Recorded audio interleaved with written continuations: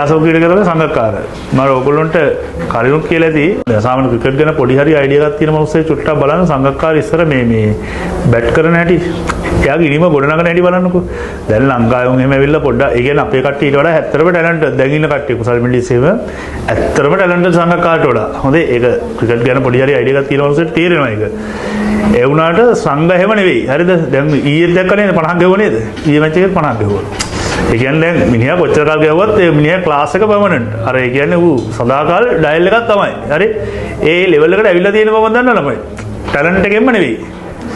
කිවසීමෙන් හිමීට. එයා බලන්න ඉනිමක් ගොඩනගාගෙනද එකපාරක් ලෝඩ්ස් වල ගහනවා මිනිහා සෙන්චරි එකක්. මිනිහා තමයි මිනිහයි මාමනුයි ලෝකෙම්ම 5 දෙනයි ලෝඩ්ස් වල ටෙස්ට් සහ වන් ඩේ කියන දෙකෙන්ම සෙන්චරිස් ගහලා තියෙන්නේ. එක්කෙනෙක් මාවන අතපතු අනිත් එක්කෙනා කුමාර සංගක්කාර. එයා ගහන්නේ ලෝඩ්ස් වල වන් ඩේ වල සෙන්චරි එකේදී පළවෙනි බෝල් කීයක්ද මන් දන්නවා 14ක් විතර යනකම් ලකුණු නැහැ.